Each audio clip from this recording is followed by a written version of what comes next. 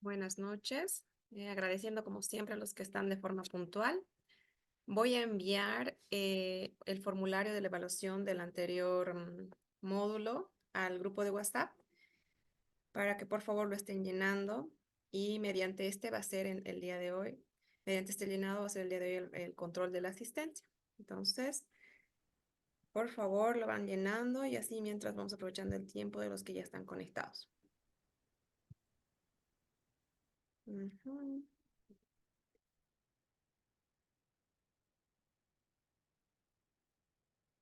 Ya está en el grupo de WhatsApp.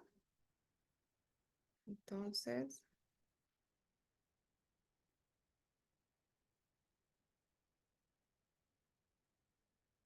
y ahí está la explicación. Una vez que ustedes llenan, escriben en los mensajes que tenemos aquí su nombre cuando digan el formulario ya llenado y lo escriben le escriben Buenos en días, los mensajes de magíster. acá. Buenos días a la clase. O Buenas. buenas noches, perdón. ¿Sí? Les he enviado entonces el enlace al grupo de WhatsApp del formulario. Por favor, vayan llenándolo.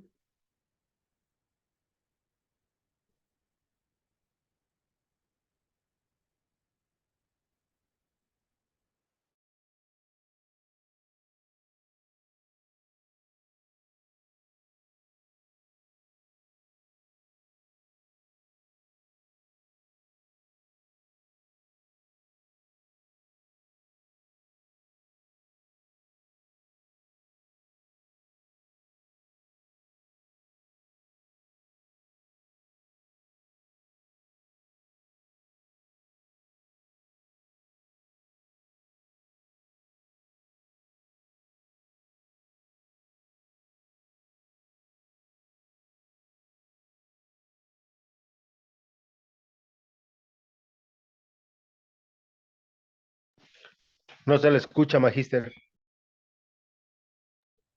Ok, gracias. Sí, les decía que que no se olviden después de llenar el formulario, poner en los mensajes acá, como explica en el mensaje que envía el WhatsApp, que esta noche vamos a tener un invitado. Voy a esperar a que se conecten un poquito más, también mientras van llenando el formulario, para que luego invite al invitado que tenemos esta noche. Eh, Recordarles que es muy importante que presten atención, tomen algunos apuntes, porque su trabajo final incluye que ustedes mencionen partes que les llamen la atención o partes importantes respecto a las 4 exposiciones que vamos a tener, respecto a los 4 invitados. Entonces, para que ustedes salven tiempo y no estén revisando los videos de las clases, ya pueden ir apuntando o viendo cosas que les llamen la atención para que eso puedan incluir en su trabajo final. Ok, entonces por favor, mientras los que ya están conectados vayan llenando el formulario y luego escriben en mensaje cuando ya lo hayan llenado, finalizado y enviado.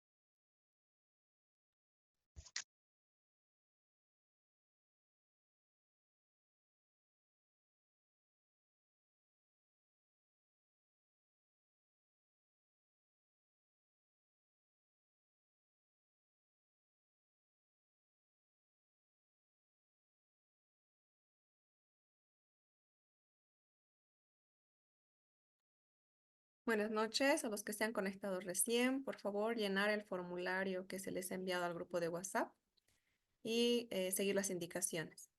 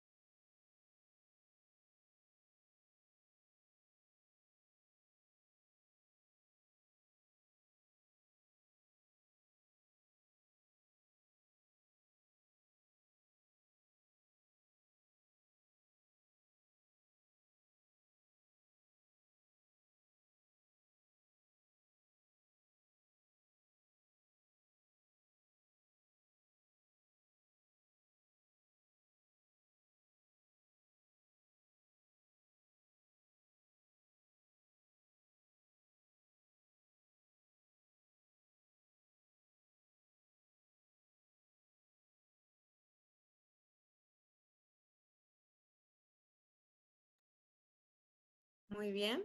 Entonces, ya son varios los que ya están llenando. Ya nos hemos dado un tiempo prudente. Y pues, a los que se han conectado recién, como les iba comentando hace un momento, es importante que tomen apuntes. El día de hoy tenemos un invitado que ya se va a conectar en unos minutos. Está ya iniciando su computadora para poder conectarse.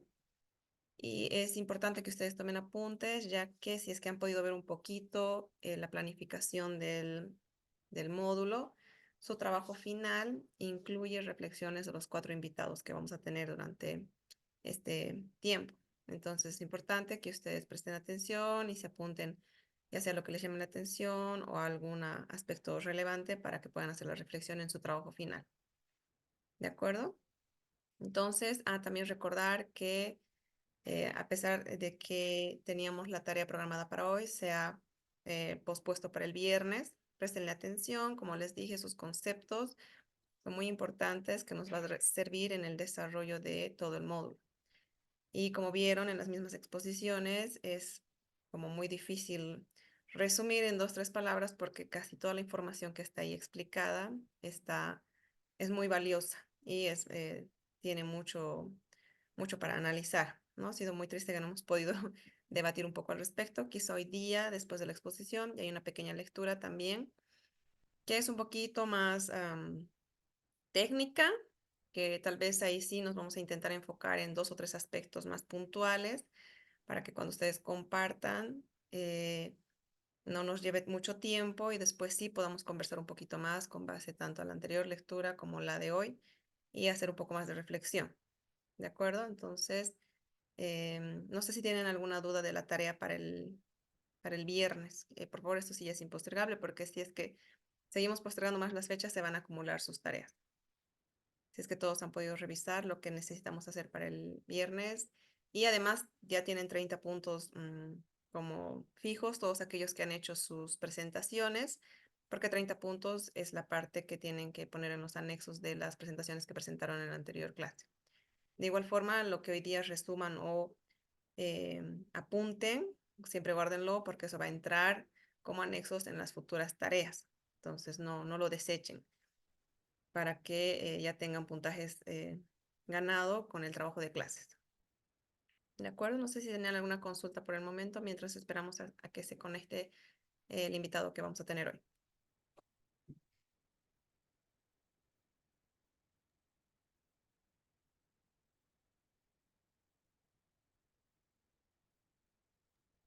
Magíster, perdón, buenas noches. Sí. Tengo una consulta. La parte que hemos hecho, que va a entrar en anexos, lo que hicimos en la anterior clase, ¿eso va a ir en el mismo documento o se va a subir aparte? En el mismo documento, cada uno, o sea, escribe sus punteos de los 8 puntos, su resumen de los 8 puntos, y abajo pone anexo y pone lo que presentó. Digamos, voy a tener 4 veces lo mismo, entre comillas, porque, digamos, entre 3, entre 4 han hecho la misma presentación, pero lo importante es que quede el respaldo de que ustedes han trabajado. Entonces, si en el mismo documento, no es necesario que sean 2 documentos. Está bien, gracias, magíster. Muy bien, Disculpe, licenciada, sí, buenas noches. Una dime, Sara. consulta. Eh, Creo que ha ampliado la fecha, ¿no? De la entrega de la primera tarea. Sí, es hasta el viernes, hasta este viernes. Tenía que ser hasta hoy, pero va a ser hasta el viernes justamente por la entrega de su trabajo del módulo 1. Entonces, la tarea 2 también va a ser para este viernes. ¿No podría No, ser una tarea por semana, magíster? sí, es una tarea por semana. La tarea 2 va a ser para el siguiente miércoles. Pues para cada miércoles son las tareas. Por eso les digo, se ha postergado esta para el viernes, pero ya la tarea 2 va a ser para el siguiente miércoles. Ah, está perfecto. Gracias. Sí, de acuerdo, entonces ya tenemos a nuestro invitado conectado. Cualquier otra consulta la realizamos después de la exposición, por favor. Quiero dar la bienvenida a Augusto Yáñez Vargas, un colega, él es sociólogo, también por la Universidad Mayor de San Simón. Tiene una maestría en población y desarrollo. Es consultor especialista del Sistema de Naciones Unidas, consultor en instituciones públicas, privadas, fundaciones y organizaciones no gubernamentales, con 8 años de experiencia en docencia universitaria. Articulista en medios escritos nacionales, regionales y locales, como el Animal Político del periódico La Razón. Actualmente es especialista del área social del Centro de Investigaciones y Promociones del Campesinado, CIPCA, y profesor universitario. Entonces, muchísimas gracias, Augusto. Esperamos contar con tu disertación y pues después va a ser un pequeño diálogo. Buenas noches. Bueno, buenas noches, Noemí, gracias por la invitación y también a todas y a todos buenas noches, ¿no? Bueno, me habías pedido que te haga una presentación, una síntesis de mi biografía, ¿no? Quizás ahí ha faltado que yo vengo de la nación Chichas, que está al sur de Bolivia y comprende tres provincias, ¿no? Chichas, Suchichas y Modesto Miste, ¿no? Y creo que ahí también va un poco del sentido de esta exposición, bueno, y más que todo compartir ideas, tejer conocimientos entre el grupo que se encuentra en este espacio virtual, ¿no? Bueno, entonces, lo que habíamos conversado contigo es que un poco compartirles la experiencia muy, muy personal, quizá familiar y en un ámbito un poco más grande, hasta comunitaria, ¿no?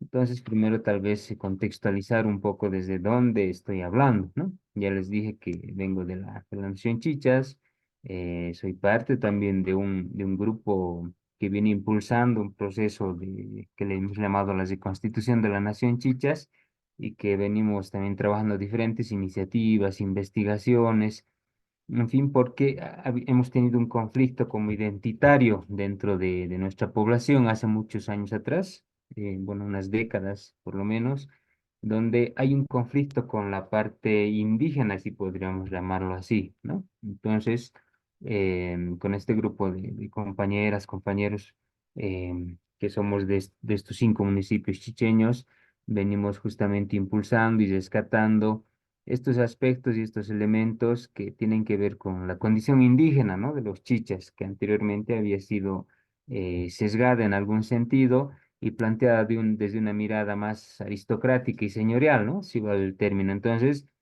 vengo de ese territorio ancestral, como les decía, que comprende actualmente esas tres provincias, pero antes de las repúblicas también comprendía el norte argentino, Jujuy, la parte chilena de Atacama y lo que es Tarija en la actualidad, ¿no? Entonces, hay un debate interesante que podríamos hacer, ¿no? Sin embargo, en el proceso histórico de la República, la división político-administrativa que se ha ido dando, esta región, podríamos llamarlo así, ha ido quedando un poco en condiciones adversas, ¿no? Y por el contrario, lugares como Tarija, que eran parte de los chichas, se han constituido en una capital de departamento, ¿no? Como sabemos hasta la actualidad. Y nosotras como como tres provincias y municipios intermedios con sus comunidades y todo ello, ¿no? Entonces, también es importante conocer que allá tenemos población, una gran parte de la población es indígena, campesina, ¿no? Pese a estas negaciones que se ha tenido en el transcurso de la historia, pero hay que ir reconociendo que el aporte de esta población ha sido importante en todo ese proceso de la construcción de la historia que nosotros hablamos de los chichas, en los procesos de emancipación y en el mismo hecho productivo que tenemos, ¿no? Que se ha considerado al granero del sur, a la parte de los chichas, por la capacidad productiva justamente que se tiene hasta la actualidad, ¿no? Donde se produce frutas, maíz muy importante en la región, entonces con todos sus derivados, productos de la leche de cabra, en fin, ¿no? Seguramente quienes se conocen la región me darán un poco hablarán lo que les estoy comentando así en este breve contexto, ¿no? Bueno, ya entrando un poquito más al tema más específico, creo que no podríamos hablar de esto del derecho a la educación superior en términos de equidad, de inclusión, o por el otro lado más bien de exclusión, ¿no? ¿Qué es lo que nos debería llamar la atención en este espacio? Entonces, también es importante, creo, en este sentido, es referir que la emigración desde estos municipios que les estaba comentando hace un momento es histórica, ¿no? Es histórica por diferentes aspectos. Primero, por esas condiciones adversas que les comentaba también, que nos obligan y nos han obligado hace muchas generaciones atrás a tener que salir de este espacio, ¿no? Por diferentes motivos. Entonces, uno de los primeros es el motivo económico, ¿no? La necesidad económica, diríamos, que ha llevado a buscar trabajo.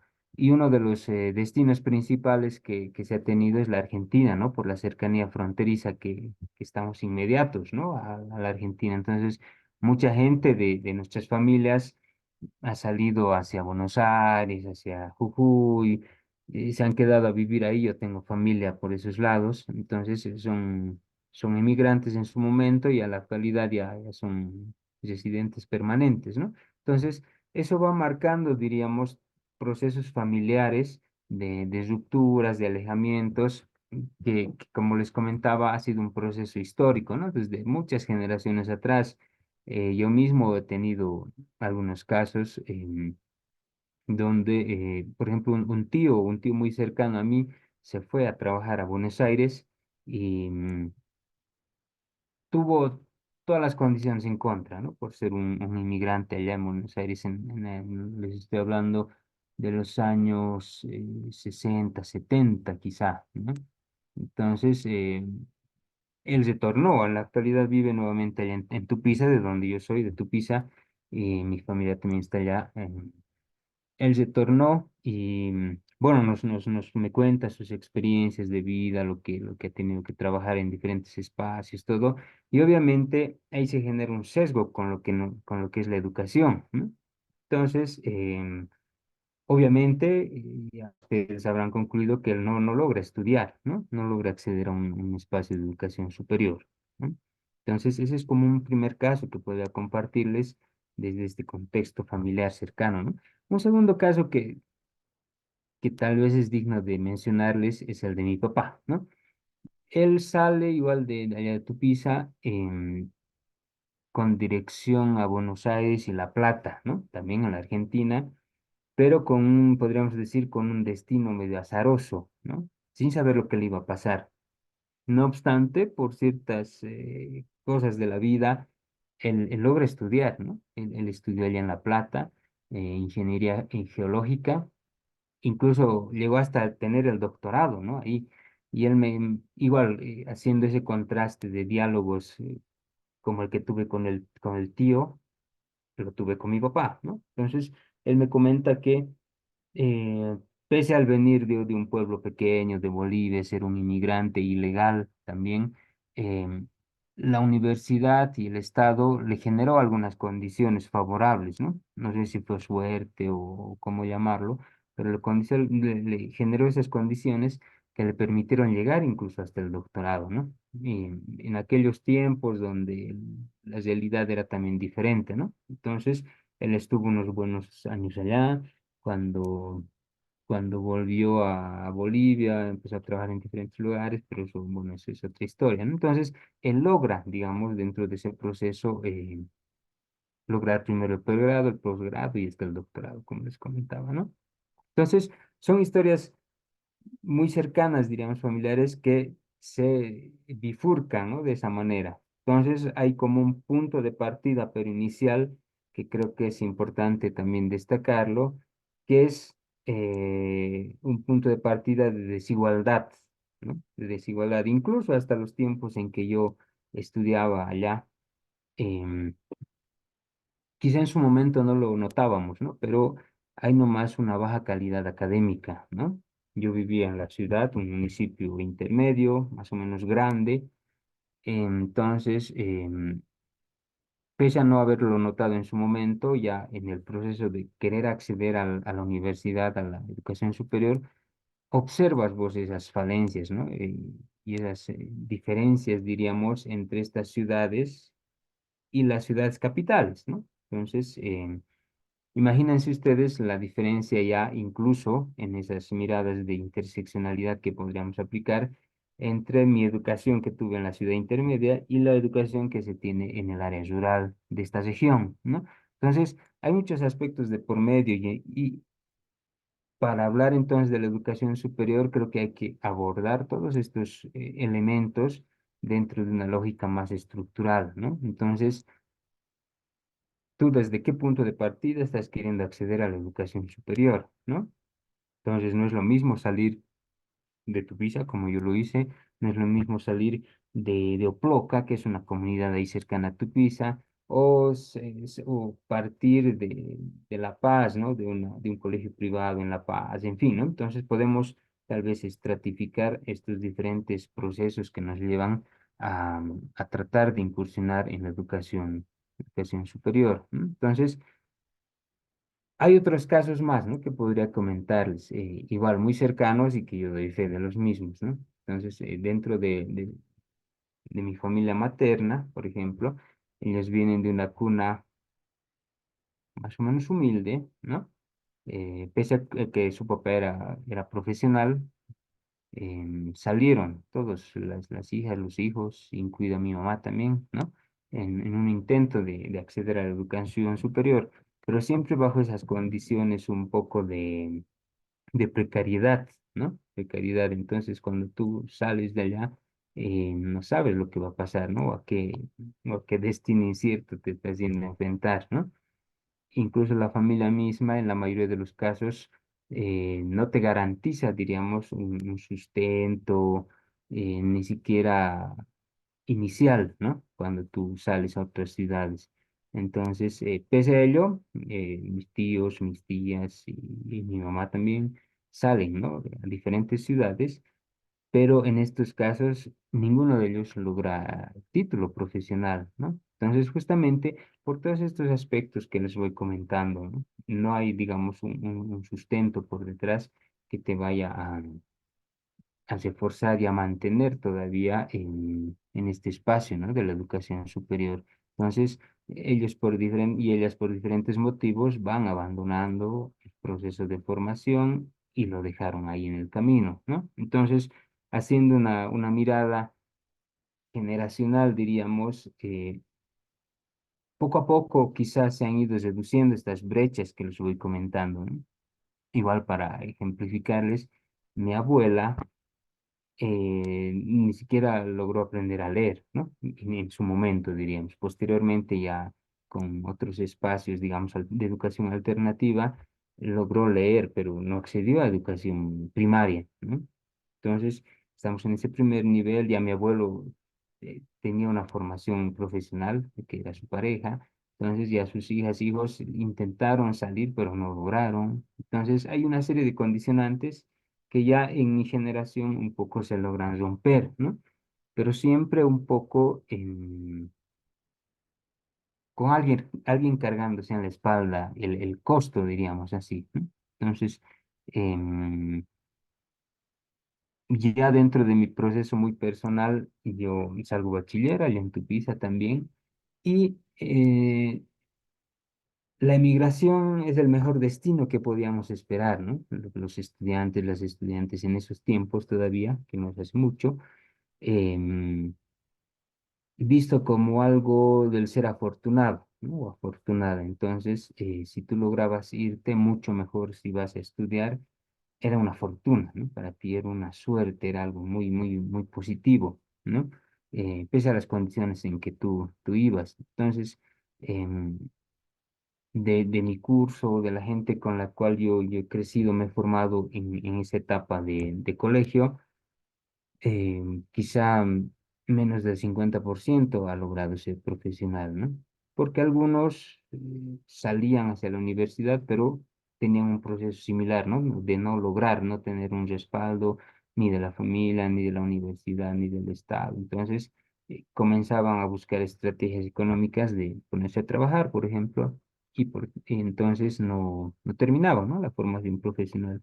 Entonces, yo diría que más del 50% em, de la gente que estuvo conmigo en el colegio no logró titularse, ¿no? Entonces, los que seguimos adelante un poco lo hicimos de diferentes maneras, ¿no? Algunas trabajaban paralelamente, otros tuvimos también apoyo de la familia, en el caso mío, de mi mamá principalmente, que siempre me estaba respaldando en la parte económica principalmente, ¿no? Pero yo igual me buscaba las estrategias, ¿no? Ahora, yo estudié en la Universidad Mayor de San Simón. Debo reconocer que sí, en este espacio, por lo menos, tuve algunos factores positivos, ¿no? Que me ayudaron en el proceso, como ser el comedor universitario, ¿no? Seguramente ustedes lo conocen, al ser parte de la San Simón. Entonces, creo que eso es una gran ventaja y en su momento lo había reconocido también como un espacio interesante, ¿no? Para las y los estudiantes que salimos, digamos, en este objetivo, ¿no? Incluso en ese tiempo que yo estudiaba en pregrado, teníamos seguro universitario, un muy buen seguro.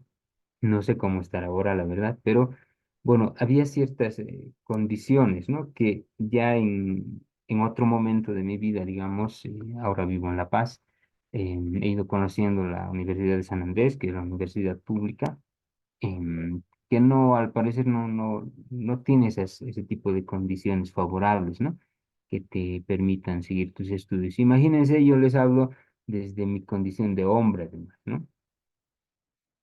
Seguramente para las compañeras mujeres ha habido mayores factores en contra, por ejemplo, la maternidad, ¿no? Que lo hemos discutido en espacios como la maestría, cuando teníamos algunas clases vinculadas a temáticas de género, entonces donde justamente no hay estas condiciones favorables en la situación de maternidad, por ejemplo, ¿no? Y entonces eso se puede convertir en un obstáculo.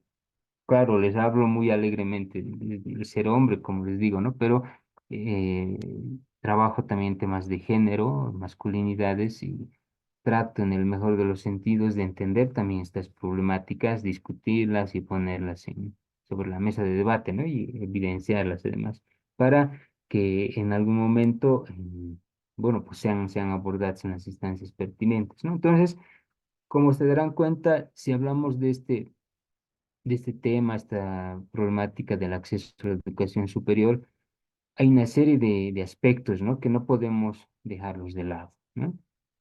Si consideramos otro tipo de elementos, se ha hablado de las condiciones de precariedad, incluso de subsistencia, que en algún momento también me tocaron, ¿no? A mí, al ser un inmigrante, digamos, en Cochabamba, en su momento, em, me acuerdo de algo que habla María Galindo también, ¿no? En sus radios documentales y todo el concepto de paria, ¿no? El sentirte fuera de tu entorno, ¿no? O sea, a veces sin que nadie pueda ampararte, ¿no? Puede parecer muy romántica la idea quizá, pero cuando tú tienes esa experiencia es diferente, ¿no? Entonces te sientes desarraigado también en otro tiempo, ¿no? Porque tú sales de tu espacio donde tenías construida una identidad, estás en un ámbito académico diferente en su momento que te genera algunos quiebres también personales, pero que son fenómenos, ¿no? De por medio que van ocurriendo en tu proceso de formación, ¿no? Ahora, también debo comentarles que allá en Tupiza, Villazón, contamos, o se contaba en aquellos tiempos ya con unas subsedes, le llaman, ¿no? Universitarias de la Universidad de Tomás Frías de Potosí, ¿no? Sin embargo, tiene también su característica, ¿no? Em, En Tupiza tenemos la carrera de Contaduría Pública que existe desde 1937, ¿no? Y también Veterinaria y Zootecnia que está desde los 90 al 92, si no estoy mal, ¿no? En Villazón también hay una carrera de Ingeniería Agropecuaria, pero que desde la experiencia que yo tenía en esos tiempos de educación en el colegio, eran vistas con algún prejuicio, ¿no? Entonces, el estudiar ahí era no sé, pues dentro de mi entorno al menos, em, vista como, vista a menos, ¿no? Entonces, no, la idea era si tú te formabas profesionalmente, tenías que salir, ¿no? A otros espacios. Em, entonces, se ha mantenido estas dos dos carreras en Tupiza, la de Villazón también, hasta la actualidad existen todavía, ¿no? Poco a poco, con el paso de los años, he ido notando que la población estudiantil incluso ha ido aumentando, se ha ido incrementando, ¿no? Posiblemente con el crecimiento demográfico también de este lugar, ¿no? Pero todavía escucho los comentarios en ese sentido, ¿no? Que hay cierto prejuicio, ¿no? De inferioridad quizá al quedarte en el lugar, ¿no? Entonces, posiblemente son pensamientos muy provincianos que les llamamos, pero existen, ¿no? Existen, son parte de esos imaginarios que tenemos por allá en la región, ¿no? Entonces, como un sinónimo de perder, de ser un perdedor o algo así, ¿no? Y otro fenómeno similar que tiene que ver con esto de la educación superior también es que cuando tú sales de allá, estudias, eres profesional y retornas, hay esa misma mirada, ¿no? Pucha, este no le debe vivir bien en la ciudad, ¿no? Entonces, hay ese miramiento también medio sospechoso, ¿no? De por qué ha vuelto, digamos. Entonces, ese tipo de situaciones que, que quizás son muy sociológicas, ¿no? Pero que son parte de todo este entramado vinculado a la educación superior, ¿no? Desde ese contexto que les había comentado de dónde vengo, cómo ha sido un proceso histórico muy personal quizá y cercano, hasta la experiencia propia, ¿no? Ahora, en estos últimos años se han abierto algunas carreras allá en Tupiza, también de la universidad privada, ¿no? Que ya tiene otra lógica, ¿no? Es quizá como un negocio también una universidad privada, pero que ha abierto otros espacios, ¿no? Y quizás roto también con este prejuicio que les comento, porque ahora se tiene la carrera de Derecho, Ingeniería en Sistemas, la Tomás Frías igual abrió derecho, entonces se ha ampliado un poquito el margen de estudio y de opción, ¿no? Que tú puedes elegir, diríamos, entre otro tipo de carreras, ¿no? Entonces, creo que eso ha roto también con estas lógicas que les había planteado anteriormente y que incluso en esta última etapa que hemos vivido con el COVID, ¿no? 19, ha ocurrido un fenómeno interesante, ¿no? De que muchos profesionales de mi generación particularmente, porque yo los conozco, han vuelto allá y están viviendo allá, ¿no? Se han dedicado a diferentes trabajos, negocios, en fin, ¿no? Entonces, esta dinámica creo que está modificándose un poco, pero pese a todo ello, las brechas de acceso a la educación superior creo que se mantienen todavía, ¿no? Esta población de las comunidades que tenemos allá por Tupiza no está accediendo todavía, ¿no? Primero porque no parte en condiciones igualitarias, podríamos decir, no tiene la formación adecuada para optar a la educación superior porque llega a los exámenes de ingreso, por ejemplo, y ahí es el filtro, ¿no? Donde se generan varios obstáculos. Entonces, décadas después de lo que les estoy comentando, bueno, quizás poco tiempo también, ¿no? Para ver cambios sustantivos.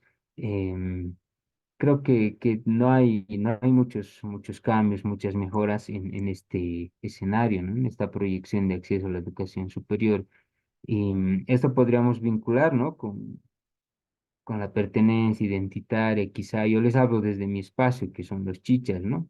Pero bueno, ya desde otras experiencias como la investigación y todo ello, he ido conociendo otros casos también, ¿no? En diferentes comunidades de otras naciones, pueblos originarios, ¿no? Y bueno, quizá no viene al caso, pero es interesante también tocar lo de las universidades indígenas, ¿no? Que tuve la experiencia de estar por ahí en algún momento, tienen muchas condiciones favorables, les diré, no sé si las conocen, igual te dan un espacio para vivir, te dan el alimento, todo ello, pero tienen la carga del prejuicio todavía, ¿no? Primero en calidad académica, eh, en la calidad profesional, en fin, ¿no? En varios aspectos. Entonces, la misma población estudiantil con la cual pude hablar en ese momento me decía, ¿no? Que conocía, estaba consciente, diríamos, de estos prejuicios que se construyen en la colectividad, ¿no? Desde las ciudades, sobre todo, donde comenzamos a mirar de manera ajena, ¿no? Estos espacios. Entonces, hay como una contradicción, ¿no? Estas universidades indígenas, así con apellido indígena, te generan todas las condiciones, ¿no? Para que tú como indígena, una lógica de apartheid quizás, vayas ahí, te formes, te eduques en carreras muy específicas que tienen que ver con el ámbito rural, pero prejuiciosamente para el resto de la sociedad, ¿no? Mientras que el otro tipo de universidades públicas, en este caso, que nos pueden interesar más, eh, tienen un cierto prestigio, reconocimiento a nivel nacional por lo menos, pero no te generan las condiciones, ¿no? Entonces, hay una serie de contradicciones que se van generando en en este tema de la educación superior y que, bueno, pues seguiremos trabajando desde nos encontremos y con las experiencias que hemos tenido, ¿no? Yo me considero un migrante de la vida. Ahora me encuentro temporalmente en La Paz, creo. Ya me moveré a otro lugar. Y creo que así deberemos abordarlo todas y todos, ¿no? Para entender los procesos, si bien no los hayamos vivido de manera muy personal, pero creo que esos ejercicios son fundamentales, ¿no? Cuando estamos principalmente dentro de las ciencias sociales, dentro de los temas de la educación, que seguramente como ustedes están en una maestría en educación superior, les deberían importar, ¿no? Y desde ese espacio, desde esas reflexiones, también generar propuestas, ¿no? Que mejoren y reduzcan las brechas de desigualdad históricas, ¿no? Contra la población indígena, contra las mujeres también en su momento, que hasta ahora continúan todavía. Entonces, creo que hay mucho por seguir conversando y debatiendo, ¿no? Sí, muchísimas gracias, Augusto, definitivamente. Bastantes cosas por comentar. Muchas gracias por lo que has compartido. No sé si algunos de los maestrantes tuviese algún comentario o pregunta. Yo sí tengo un par de comentarios, pero quisiera primero saber si es que hay alguno que quisiera hacer alguna pregunta específica o lo que le haya llamado la atención, porque sí, ya tuvimos una lectura el sábado pasado, justamente respecto a todas estas percances y cosas que suceden alrededor del acceso a la educación superior. Entonces, no sé si alguien quisiera decir algo.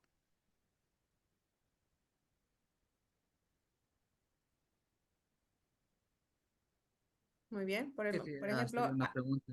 sí, dime, diga. Buenas noches, muy interesante su intervención. Me han parecido varios conceptos muy coherentes, ¿no? Dentro de lo que corresponde en la realidad. Desde su punto de vista, ¿cuál sería, digamos, la diferencia entre una universidad pública, ¿no? Del sistema y una universidad indígena, ¿no?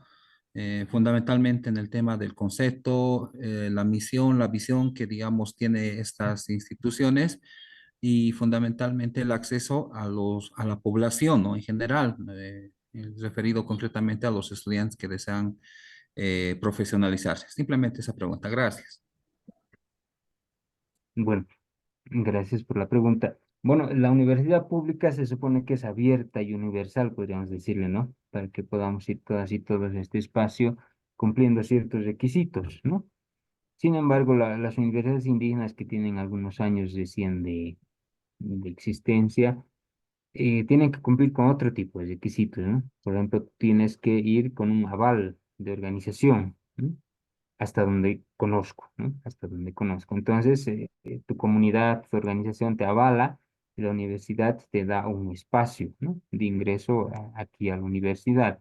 Otra característica, como les decía, y diferencia quizá, em, que está como especializada en ciertas carreras bien específicas, ¿no?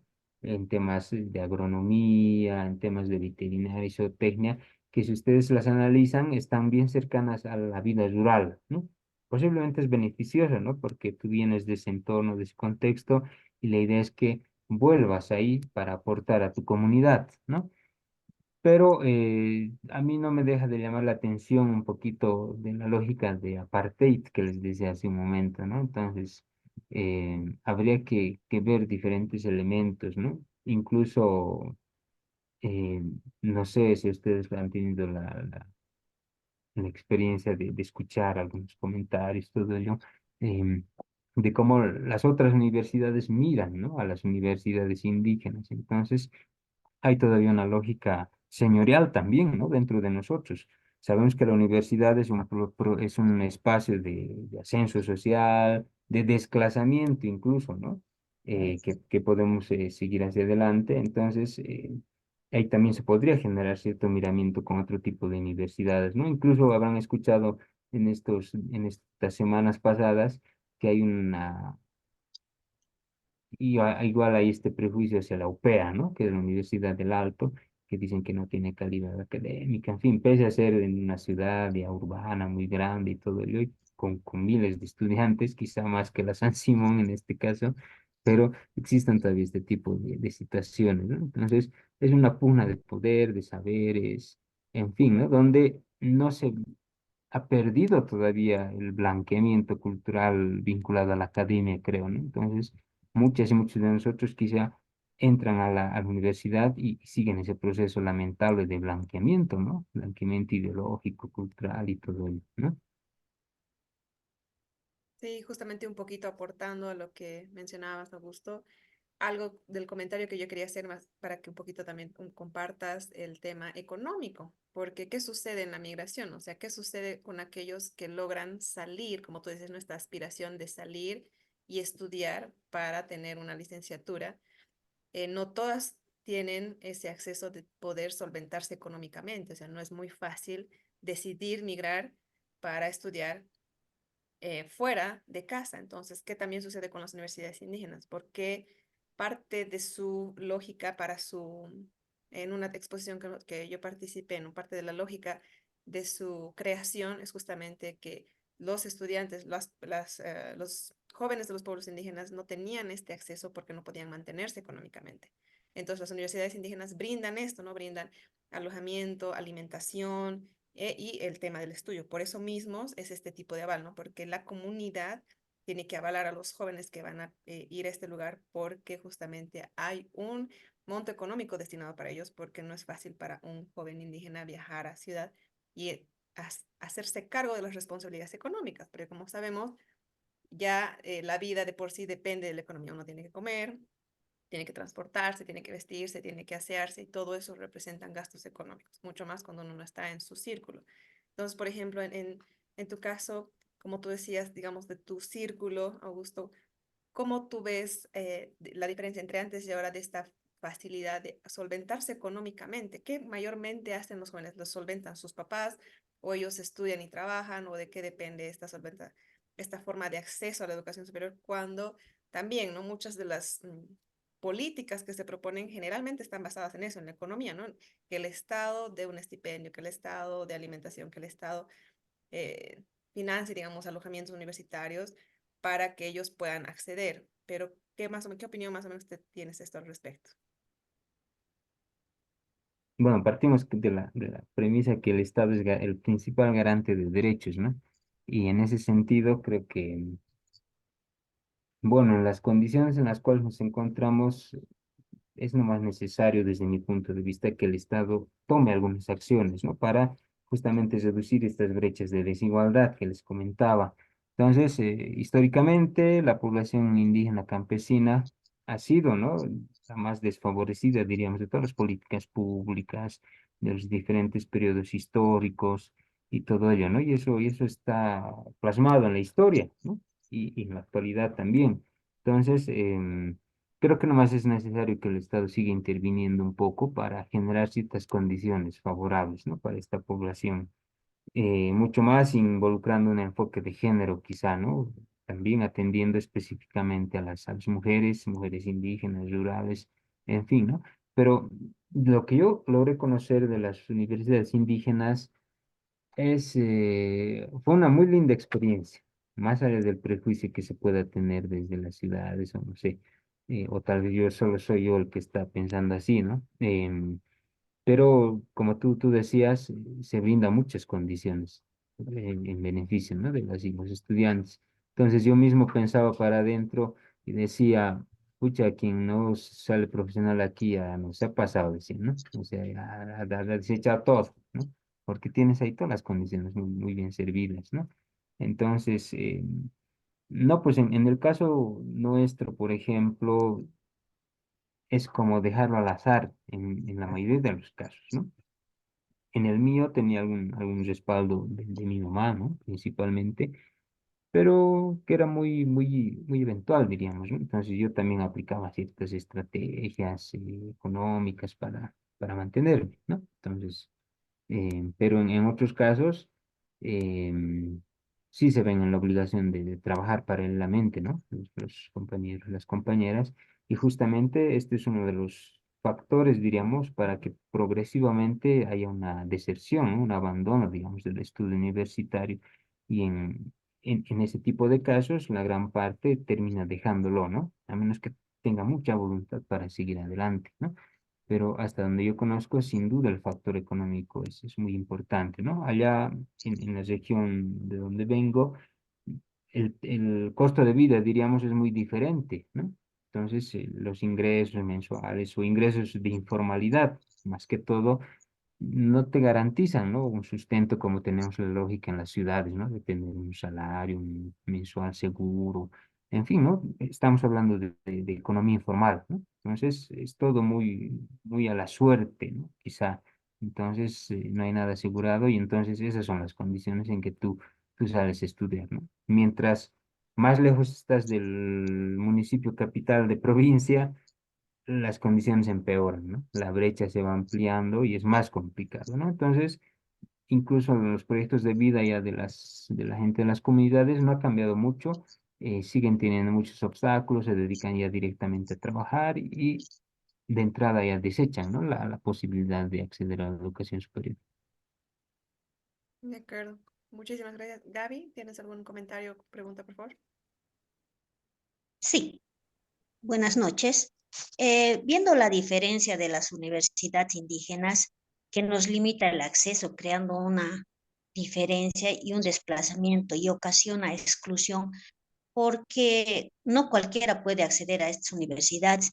¿Qué opina de eso? Por favor, quisiera su opinión. Gracias. Sí, como les decía, hasta donde conozco, tienes que tener un respaldo de la comunidad, de la organización, ¿no? Claro, hay podríamos decir, una especie de exclusión hacia otros sectores. Por ejemplo, yo si intento acceder a una universidad indígena, tal vez se me complica un poco, ¿no? Pero creo que va más allá, ¿no? Va más allá nuestro análisis tiene que ampliarse un poco más, ¿no?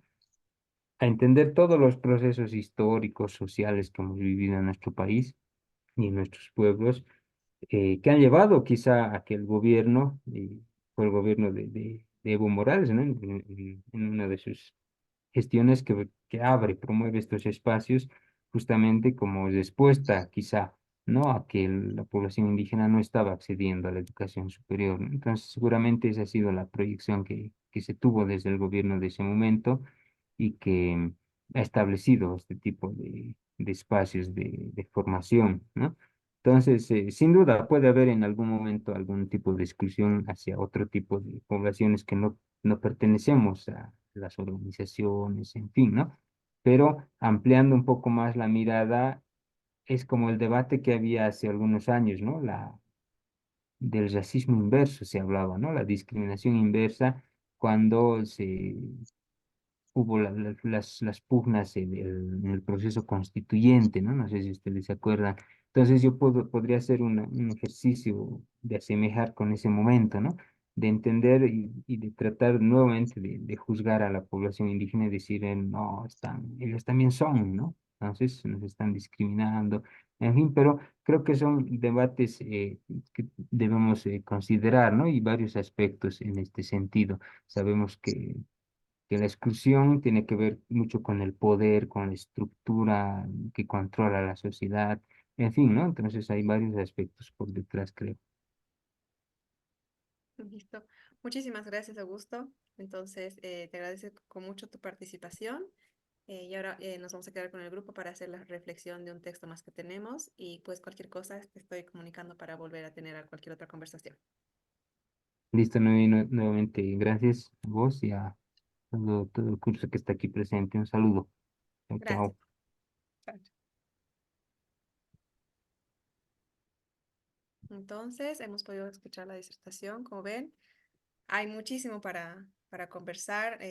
Definitivamente el tema de las universidades indígenas, por ejemplo, es algo muy, muy, muy debatible. Tiene muchos aspectos y, como decía el colega, responde a situaciones históricas específicas, ¿no? Porque, por ejemplo, estamos en mayo, estamos en el mes de mayo y justamente hace varios años, si no estoy mal, el 2008, el 25 de mayo, sucedió un evento histórico en Sucre, lo que se pudo llamar hasta genocidio cultural.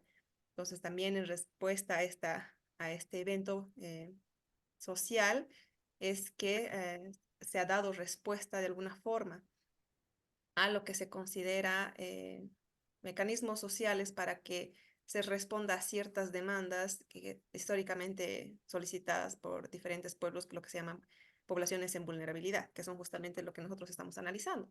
Esto del acceso a la educación superior tiene mucho que ver con quiénes logran acceder y por qué estamos buscando que todos accedamos, porque es muy interesante, por ejemplo, este concepto entre qué es igualdad y eh, qué es equidad, porque no es lo mismo decir, a un principio es como que se luchaba porque todos somos iguales, y de repente hemos dicho, no, sí tenemos diferencias, y no está mal tener diferencias. El punto es respetar y tener los mismos derechos en nuestras diferencias, y es ahí donde se ha empezado a buscar. En el tema de género fue lo primero, porque primero era como que sí, hombres y mujeres somos iguales, y luego se dijo, ¿somos iguales? ¿Sí? ¿No?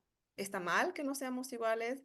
¿Es malo ser diferente? Y se hace todo un análisis de qué significan las características de cada población para que con base a esas diferencias se analice realmente qué significa ser igual o ser diferente. Entonces, justamente, como les decía, parte de su trabajo final es también proponer, va a ser como proponer qué tipo de políticas. Entonces, ahí, por ejemplo, más allá, digamos, de ver qué podría ser términos económicos, como ustedes, por ejemplo, podrían proponer desde el ámbito de la educación o alguna política que ustedes crean que incluya, haga que poblaciones en vulnerabilidad tengan acceso a la educación y aparte de ingresar, porque una cosa es ingresar, eso también es lo que se criticó o se analizó en esta época cuando se crearon las universidades indígenas, decían, no basta con decir, sí, tenemos que, todas las universidades públicas tienen que tener, por decir, digamos, un 20% de población indígena. No basta solo con garantizar el ingreso, porque una vez adentro, las lógicas también de análisis, de conocimiento, no son iguales. Y esto que se comentaba, ¿no? Es como lo que comentaba Augusto. Uno salía a estudiar y cuando volvía a su comunidad era como, ¿por qué ha vuelto? ¿Para qué ha vuelto? Es como que estás retrocediendo. Cuando se veía como lo positivo, como has salido a estudiar, entonces tienes que seguir progresando, es irte, quedarte en la ciudad, o si está, quién sabe, hasta viajar al extranjero. Eso era como el destino, el camino. En cambio, las universidades indígenas, o la propuesta es justamente, como él también comentaba, las carreras que tienen las universidades indígenas no quieren expulsar población, quieren que ellos aprendan ciertas habilidades técnicas llamadas académicamente, tener títulos con lo que se puede denominar ciencia, con teoría, pero que se queden en sus comunidades, que se queden en la población, no que migren, no que se vayan, no que el conocimiento no salga. Entonces, todo eso es parte de cómo uno intenta leer y entender una realidad para que las poblaciones aprendan y se genere conocimiento, porque ahí también hubo un gran debate de qué es conocimiento, qué es universidad, qué se busca, qué se hace, por qué existen las universidades, cuál es la finalidad de tener un título académico. Entonces, en esos debates es que se crean estas universidades indígenas y se crean también qué tipos de carreras, o sea, qué necesitamos o qué es útil, entre comillas, ¿no? Para estas poblaciones. Y de a poco se van creando este tipo de carreras y de espacios, ¿no? Que como bien dijo también Augusto, hay muchos análisis, hay críticas, hay también hay análisis de reflexión que son muy positivos, entonces esto es debatible, es bastante debatible, no puede haber como un punto final, no es como que todo perfecto o todo horrible, en especial cuando se tratan de poblaciones sociales y de políticas públicas que, como vemos también, ¿no? Cada política va a responder al partido de gobierno que se encuentra en ejercicio. Y eso también históricamente sabemos la cantidad de percances y de eventos históricos que han sucedido en estos últimos años que definitivamente han hecho muchísimo cambio respecto al anterior, a los años anteriores a los 2000. Entonces, es bastante información por analizar. No sé si alguien tiene un comentario antes. Vamos a tener una pequeña lectura. Sí, Sandra. Bueno, yo quería comentar, ¿no? A lo que decía también el expositor, el magíster. Él dijo que tal vez no tiene mucha trayectoria, pero a lo que tengo entendido ya tiene como 15 años, ¿no? La creación de las universidades indígenas desde 2008. De repente no tienen una contribución tan notoria, pero en algo sí podemos diferenciar, porque estas universidades tienen una metodología propia, ¿no? Y sobre todo trabajan desde la interculturalidad, valorando su, sus tradiciones, sus culturas. Entonces, yo creo que sus aportes sí son relevantes, podemos decir, pero tal vez no lo conocemos, ¿no? Tanto, o algunos ni tenían conocimiento, podemos decir, ¿no? De la existencia de estas universidades. Tal vez no tienen un buen prestigio, pero están ahí estas tres universidades indígenas que son, podríamos decir, el orgullo de nuestro país. No están al nivel de otras universidades indígenas como la Universidad Indígena de Colombia, el Cauca o de México, que tienen universidades indígenas muy reconocidas y tienen prestigio, ¿no? Entonces, tal vez para llegar a ese nivel, bueno, habría que hacer muchas, no sé, aplicar otras estrategias, ¿no? Innovar, porque no aplican, digamos, tienen una metodología única, no aplican tanto la ciencia o lo científico, ¿no? O teoría occidental, sino que se basan más en la práctica, ¿no? En sus conocimientos ancestrales. Entonces, viéndolo desde ese punto, yo creo que valoran mucho, ¿no? Sobre todo el respeto con la naturaleza. Si bien en las universidades públicas, la San Simón o cualquier otra universidad pública, se habla mucho de interculturalidad, pero hasta ahí nomás, ¿no? Queda más en lo escrito, en lo dicho, pero no se practica. ¿Qué se practica de interculturalidad en las universidades públicas? Entonces, no tenemos espacios, digamos, ¿no? Para aplicar el conocimiento adquirido teóricamente en la práctica, o no hay. Entonces, en cambio, las universidades univoles, podríamos decir, tienen muchos espacios, ¿no? Tienen sus propias parcelas, son carreras como agronomía, forestal y eso, ¿no? En la Univol de Casimiro Huanca de Trópico. Entonces, tienen espacios para aplicar sus conocimientos en la práctica. Entonces, hay que ver del lado positivo también, ¿no? El aporte que están haciendo estas universidades indígenas, incluso reconoció, ¿no? El ministro de Educación. em, bueno, eso, ¿no? Más o menos quería hacer notar, ¿no? Tal vez es muy poquito su aporte, pero hay que valorar también, ¿no? Que ellos trabajan en esto de la revitalización, incluso sus trabajos que hacen, sus tesis que realizan los de la Univol, lo hacen en idioma originario, ¿no?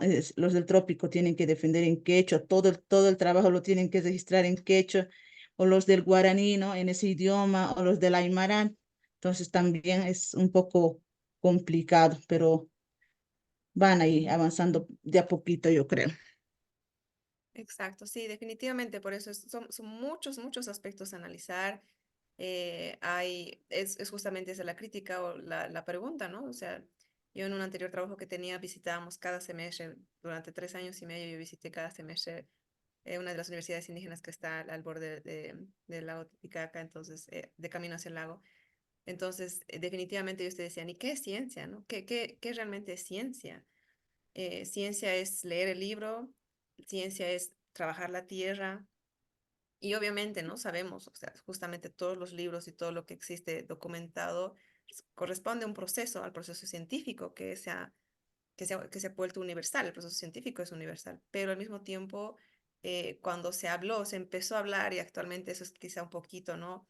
Ampliando, porque este trabajo en el que yo estaba vienen estudiantes norteamericanos de universitarios a pasar un semestre, cursos, horas de clases en nuestro país y viajábamos a diferentes departamentos aquí en Bolivia y una de las visitas justamente era a la Univol Y ellos venían como justamente atraídos por este tipo de experiencias, porque decían, allá ya se está agotando este modelo, se está agotando este proceso científico, se está agotando el considerar que todo es muy objetivo, porque también recordemos que un principio la ciencia tenía que ser todo objetivo, ¿no? Tenía que ser todo palpable, mirable y todo, ¿no? Todo ha sido un proceso, todo está siguiendo un proceso y va avanzando, va renovándose, va cambiando, va interactuando.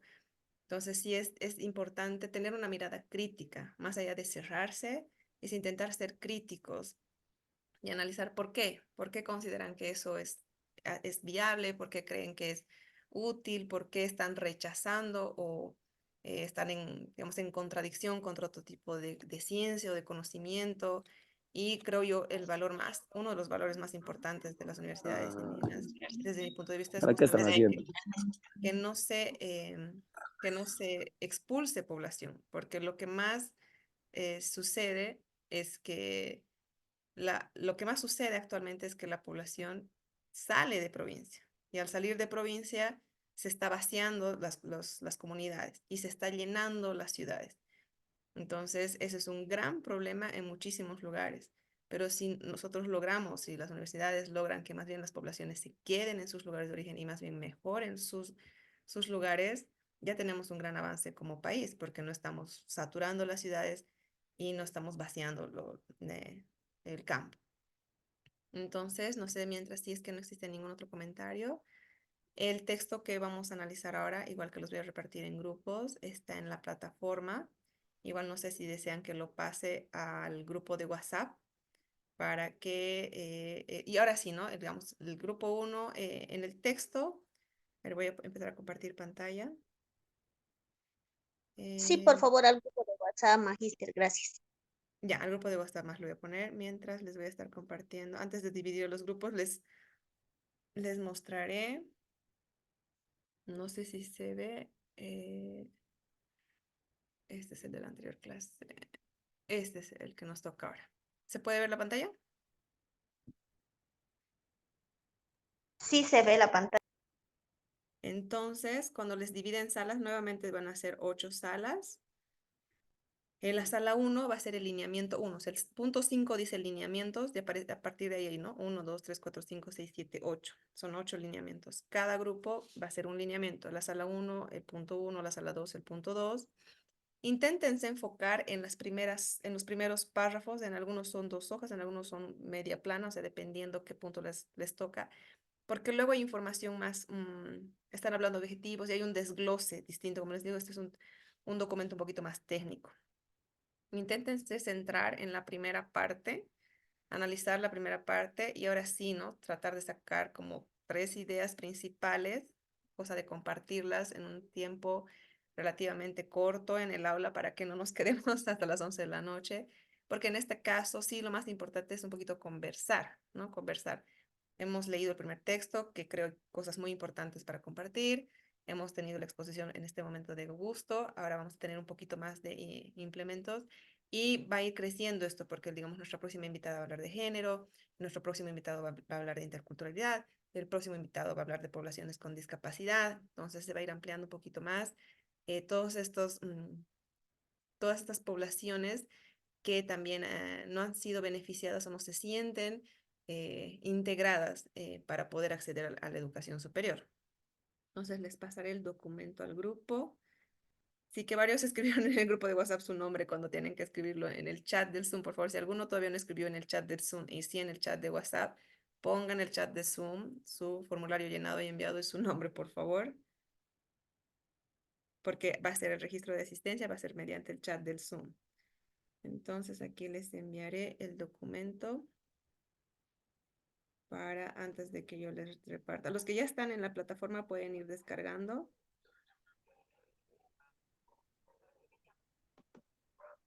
Aquí les voy a compartir el plan de acción.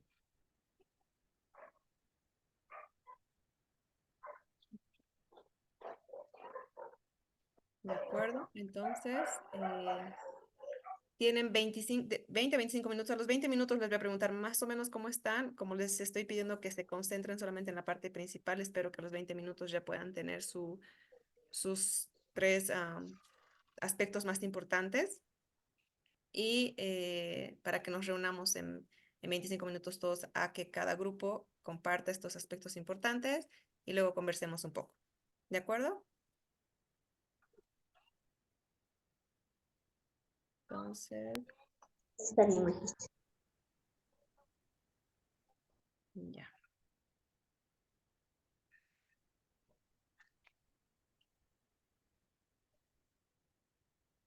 Así.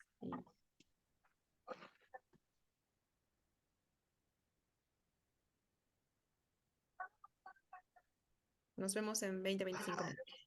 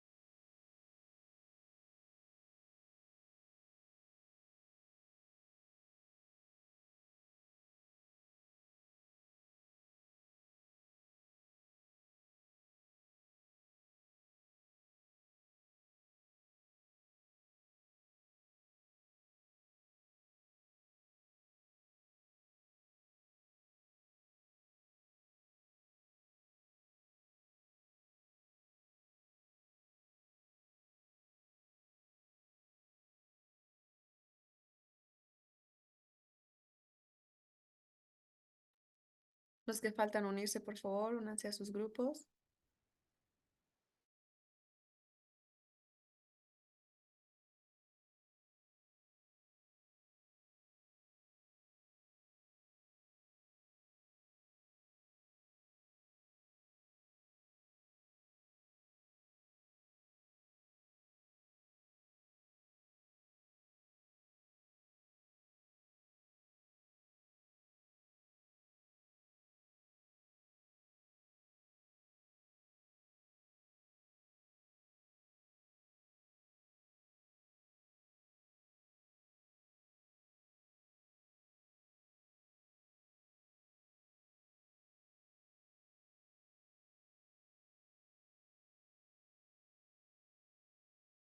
Pensamiento sostenible debe basarse en principios como el humanismo, el bien público, los derechos humanos y la equidad. A su vez, las universidades deben ser proactivas en la lucha contra el cambio climático, la pobreza y la desigualdad. Esta educación superior también en este marco tiene que ser de carácter gratuito, debe ser equitativa, de calidad y accesible para todos. También deben estar conectadas las universidades con las comunidades a las que sirven y contribuir al desarrollo social para centrarse en este marco. Y también hemos identificado que la educación superior también debe promover en este marco la investigación y la innovación para el desarrollo sostenible. En este parámetro, ¿qué desafíos se enmarca la educación superior? Transformarse en motores de promoción y movilidad social, responder a las nuevas exigencias de la globalización y las sociedades del conocimiento, conectarse e integrarse mejor con las propias sociedades y consolidar el desarrollo de una ciudadanía responsable con los compromisos sociales, la sostenibilidad y la construcción de mejores sociedades. No sé si puede pasar mi compañera a puntear algunas cosas más. Buenas noches. Bueno, yo también apunté algunas cosas como ser que la importancia de que tanto académicos como científicos y miembros de toda la sociedad participen en lo que es un diálogo para revisar la estructura de las instituciones y así innovar en estos compromisos. También para establecer vínculos que permitan participar en avance social, generar riqueza, integración, luchar contra el hambre y la pobreza, incluso menciona la prevención del cambio climático y la crisis energética. Esto a través de la mejora, gracias a la educación superior, de estructuras institucionales, rediseñando misión, objetivos, valores, además de la innovación para satisfacer compromisos sociales.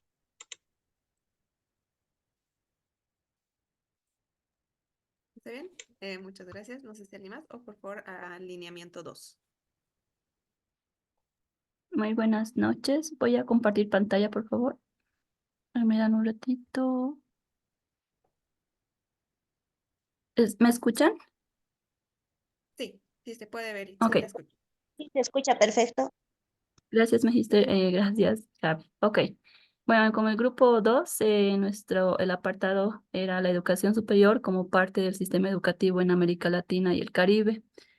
Bueno, de acuerdo a la consigna, hemos tomado en cuenta 3 puntos principales a partir del texto que nos tocó. Y bueno, como primer punto, hemos tomado en cuenta la diversificación y adaptación de la educación superior. En este primer punto lo hemos puesto de esta manera, puesto que el texto nos habla de que la educación superior es algo que se aspira por parte de los jóvenes de hoy en día y también de muchos adultos, ¿no? Que estos no han logrado acceder a ese nivel educacional. Entonces, la educación superior, podemos decir, en América Latina y el Caribe, estos deben adaptarse a esta creciente demanda y diversificar su oferta a través de diferentes programas, instituciones o modalidades de enseñanza para que de esta manera se pueda también ayudar al crecimiento, ¿no? En cuanto a más posibilidades para los jóvenes y también adultos. Entonces, esta diversificación es crucial, ¿no? Para satisfacer las variadas necesidades de los estudiantes hoy en día y también a futuro. Ese era uno de los puntos de nuestras 3 ideas principales que podemos sacar a partir del texto. Mi compañera va a continuar con el segundo punto. Sí, buenas noches. En el punto 2 nos hablaba más que todo que la educación superior, aunque critica la formación de los estudiantes que recibe, a veces no asume cabalmente su compromiso, sobre todo en la calidad de la formación de los docentes. Entonces, acá pusimos que es esencial que las instituciones en educación superior prioricen la calidad educativa, especialmente en la formación de docentes. Tanto las instituciones como las políticas públicas deben trabajar en conjunto para mejorar la calidad de enseñanza, valorizar la profesión docente y asegurar que los maestros estén bien preparados para satisfacer las necesidades educativas de niños y jóvenes. Y bueno, mi compañero va a explicar el punto 3. ¿Cómo están? Buenas noches. Bueno, como punto 3 pusimos la promoción de la calidad, articulación social y políticas educativas, ¿no? En ese sentido, la calidad educativa debe ser definida como la participación de actores sociales y debe incluir valores como la inclusión, la diversidad y la pertinencia. Las políticas deben no solo evaluar, sino también promover la calidad, apoyando a las instituciones para que avancen en su capacidad de respuesta a las necesidades de los estudiantes y de la sociedad. Además, es crucial fundamentar la articulación entre las instituciones de educación superior y los diversos sectores sociales, garantizando oportunidades formativas a lo largo de la vida para todos. Eso sería. Como conclusiones podemos ver que la educación superior como parte del sistema educativo de América Latina y el Caribe busca reafirmar el papel fundamental de las IES para la transformación económica, social, política, científica y cultural de la sociedad en América Latina y el Caribe, con compromiso pleno para intervenir activamente en el fortalecimiento de la democracia social y política, los derechos humanos y el cuidado de la vida en el planeta. Con esto concluimos el tema que nos ha tocado, Magíster. De acuerdo, gracias. El lineamiento 3, por favor.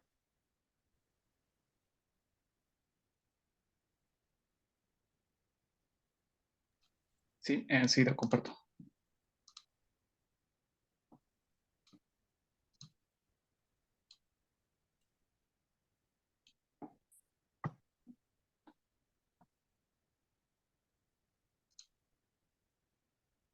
Bien, al grupo 3 nos tocó educación superior, diversidad cultural e interculturalidad. Vamos a pasar a las recomendaciones porque en nuestro caso hemos visto que sí son muy representativas del primer texto, que básicamente habla sobre eliminar toda forma de discriminación y racismo en la educación superior. Entonces, a los gobiernos se les recomienda promover la adopción de un enfoque intercultural en la formación de todas las carreras, estimular la formación de políticas, políticas institucionales de formación con enfoque intercultural y reconocer y apoyar el esfuerzo de las instituciones que promuevan la interculturalidad con equidad en sus programas educativos.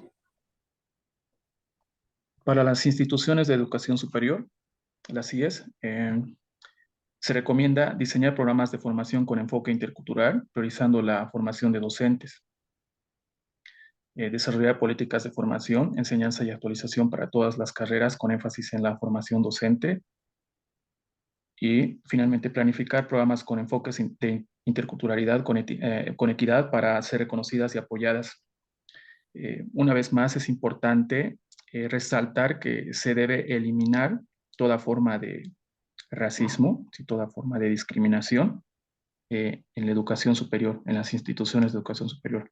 Invito a una de mis compañeros, Sandra, para continuar. Bueno,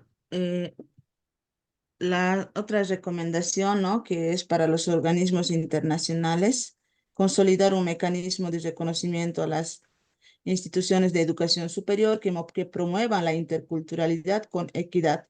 Ya en la ponencia del magíster hablamos algo, ¿no? Sobre interculturalidad, cómo se aplica en las diferentes instituciones de educación superior, que fomenten siempre la equidad, ¿no? Tratando de evitar esas desigualdades, discriminación y racismo en las en las instituciones de educación superior. Sobre todo también señalaba, ¿no? De que los maestros, los docentes que imparten docencia en instituciones públicas, en, en las universidades, tienen que tener conocimiento de los idiomas donde vayan a trabajar, ¿no? Por ejemplo, el idioma o la lengua es muy importante para impartir, para compartir ideas, pero teniendo conocimiento siempre desde su cultura. Entonces, para ello sugiere, ¿no? Que la educación sea bilingüe, ¿no? Entonces, el docente debe tener conocimiento sobre el idioma de la comunidad, ¿no? Si es, supongamos que sea en alguna comunidad en la Amazonía, entonces tendrán conocimiento, ¿no? Practicar el idioma que domina en ese lugar. Mi compañero Zafa, no sé si quiere aumentar algo más. Sí, justamente, buenas noches, magíster, queridos compañeros. Bueno, otro punto más que sería que es apoyar y fortalecer las redes y otras modalidades más de colaboración con foco en diversidad cultural e interculturalidad ya existentes, así como favorecer su, su ampliación y la creación de otras nuevas. Otra más sería que es instar a los estados a asegurar financiamiento de programas y proyectos de educaciones interculturales en las IES. Justamente como hablaba mi compañera Sandra, tienes razón porque los docentes que van a impartir justamente tienen que tener el conocimiento también en la manera de expresarse con diferentes idiomas que haya, que es muy importante porque a través de eso podemos transmitir conocimiento a las demás personas, ¿no? Eso sería, y no sé si mi compañero Gustavo, para finalizar, quisiera decir algunas palabras más o mi compañera Sandra. Sí, algo breve porque hemos cumplido ya, está cumplido el horario.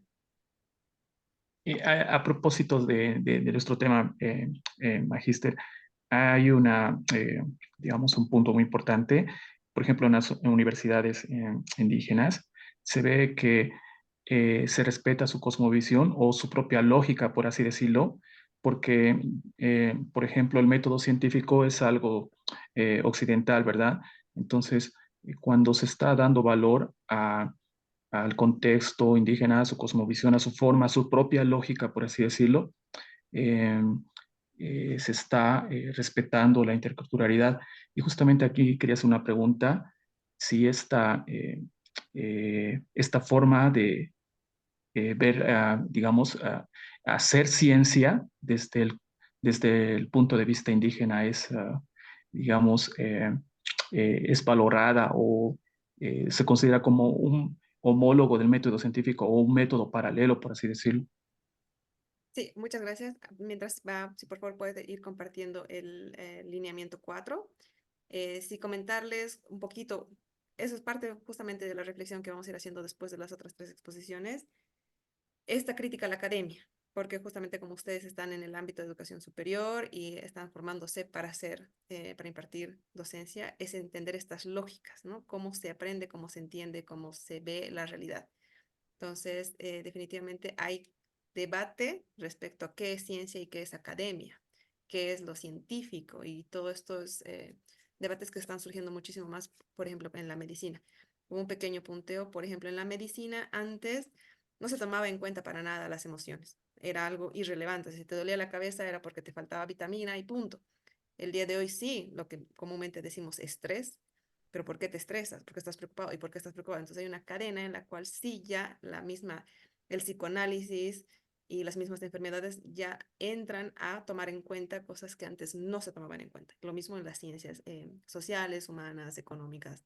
Se está viendo muchísimo más apertura de los factores que provocan algo. Entonces, el lineamiento 4, por favor.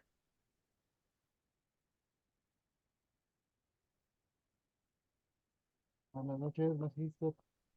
Y en el Un grupo poquito más 4, fuerte, por favor. No se escucha bien. sí, Magister, ahora se me escucha un poco mejor. Sí, Sí, un ahora, poquito más fuerte. Por algún ujú, motivo se ha salido la presentación de la pantalla, pero sí pueden ir compartiendo las ideas. Un poquito más fuerte, por favor. está bien, Magister. Bueno, el grupo 4 nos ha tocado lo que es la internacionalización e integración en América Latina y el Caribe. Y las ideas hemos rescatado de la parte del texto, considerando algunas partes que la internacionalización de la educación emerge como una herramienta. El texto hemos recabado ideas como que la educación es un motor de cambio y hemos citado partes del texto, ¿verdad? Que dice una educación de calidad que incluye todos los sectores de la sociedad.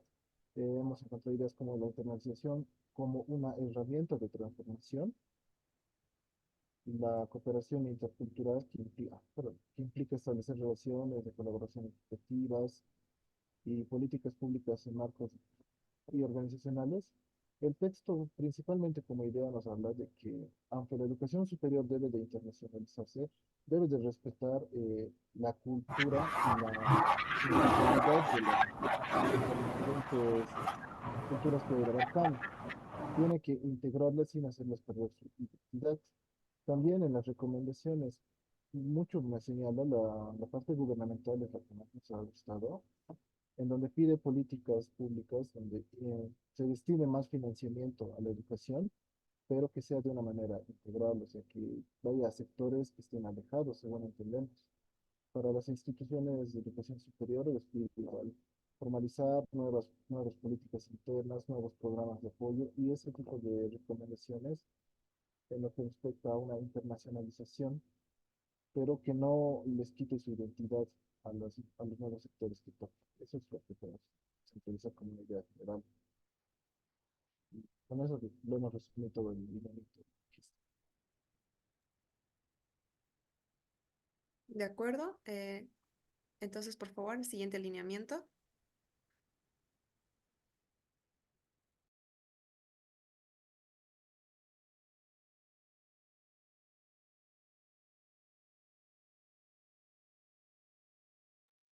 El lineamiento 5. Buenas noches, voy a compartir, por favor. Ah, perdón, ya está compartiendo mi compañero.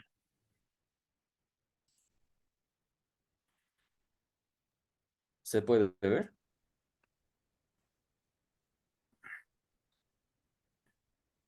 Bien, No se está leyendo el título, ese era el problema que tenía con la computadora. Bien, el lineamiento número 5 se refiere concretamente al rol de la educación superior con cara a los desafíos del Caribe y América Latina.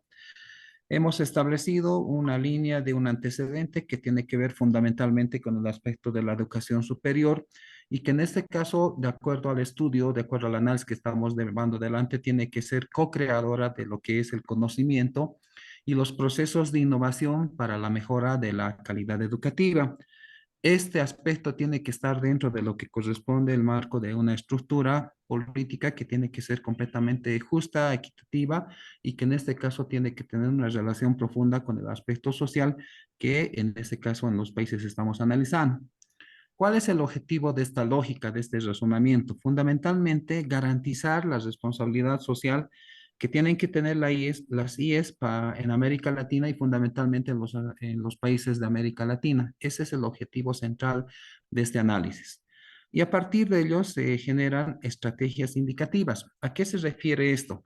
Fundamentalmente de saber y conocer cómo se van a vincular socialmente, ¿no? A partir de lo que corresponde a la aplicación de la educación superior, fundamentalmente en aspectos de garantizar la responsabilidad social, fundamentalmente de los estados, ¿no? Y en este caso a través de estas estrategias. Uno de los factores más importantes que se han establecido es de que existen presupuestos que no son suficientes para poder fortalecer la vinculación social. El otro aspecto, cómo se tienen que estructurar orgánicamente las IES, ¿no? Para favorecer la vinculación social. Y el tercer aspecto que tiene que ver con las estrategias es formular nuevas normativas académicas que sean innovadoras sobre responsabilidad social de las IES en cada uno de los estados. Muy bien, continuando, voy a hablar de los objetivos que menciona dentro de los lineamientos con respecto a las IES.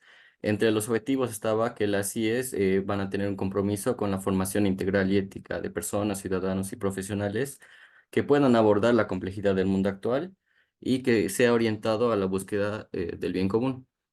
Otro objetivo que mencionaba el texto es el de, un momento, tengo ciertos problemitas.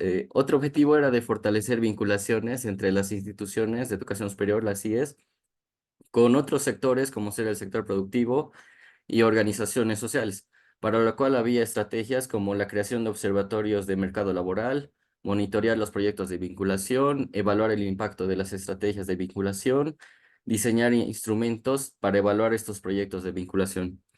Otro objetivo que mencionaba el texto era promover el empoderamiento e impulsar el acceso a la participación de las mujeres, las minorías sexuales, pueblos indígenas, afrodescendientes y otras minorías sociales en todos los ámbitos de la vida de las instituciones de educación superior, para lo cual se proponía como estrategias identificar políticas públicas que promueven el empoderamiento y la participación, promover este empoderamiento, eliminar los obstáculos estructurales e institucionales para ocupar cargos jerárquicos por parte de estos sectores y crear espacios para promover la igualdad de derechos.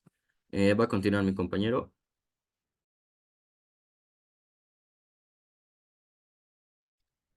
Bueno, continuando, Lice, una de las ideas principales del texto, que en la parte que nos ha tocado es transversalidad en el enfoque del género en los que planes del estudio, ¿no? Como objetivos que tenemos es reconocer diferentes desigualdades de género. Este punto implica la comprensión y aceptaciones de que exista dispersabilidad basada en el género. Y reconocimientos, tendríamos disponer de recursos públicos y estimulaciones del sector privado, orientación en el malla curricular e investigación hacia población social, generar políticas publicitarias inclusivas.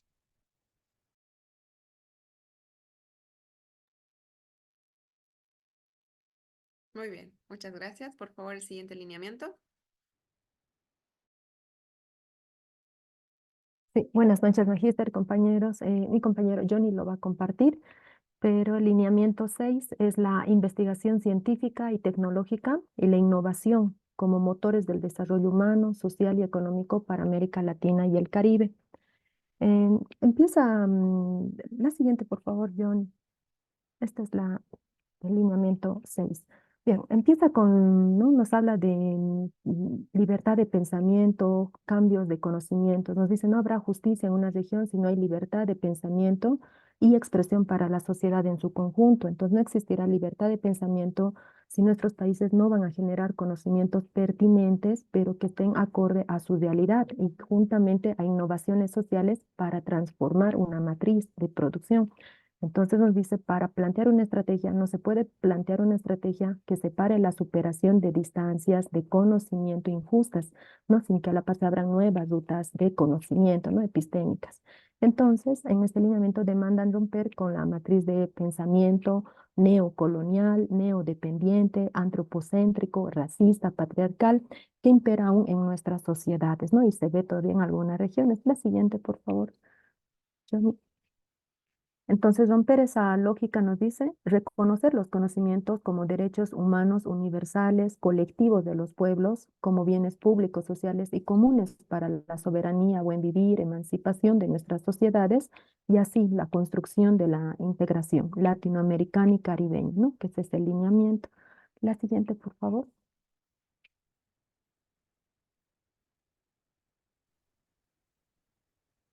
Entonces debemos reconocer que el conocimiento es producto del acervo, ¿no? O sea, de todo un conjunto intelectual y experimental de la humanidad, siendo así un bien común, ¿no? Y por regla general un dominio público.